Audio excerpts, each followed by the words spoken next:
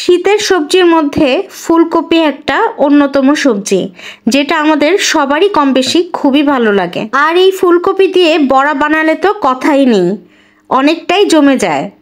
আসসালামু আলাইকুম এভরিওয়ান, কেমন আছেন সবাই?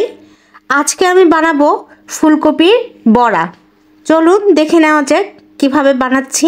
প্রথমে আমি পানি বসিয়ে দিয়েছি আর অল্প একটু লবণ দিয়ে বলক আসার পর ফুলকপিগুলোও ঢেলে দিলাম। ভালো করে যখন বলক আসবে তখন আমি ফুলকপিগুলো নামিয়ে নিব।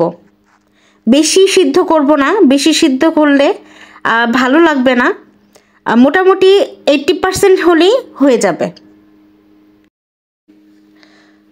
আমি এখন বেটারটা গোলার জন্য 4 চামচ বেসন আর 3 চামচের মতো চালের গুঁড়া নিয়েছি। তাতে হলুদের গুঁড়া, মরিচের গুঁড়া, লবণ, ধনিয়া গুঁড়া সব দিয়ে নিলাম।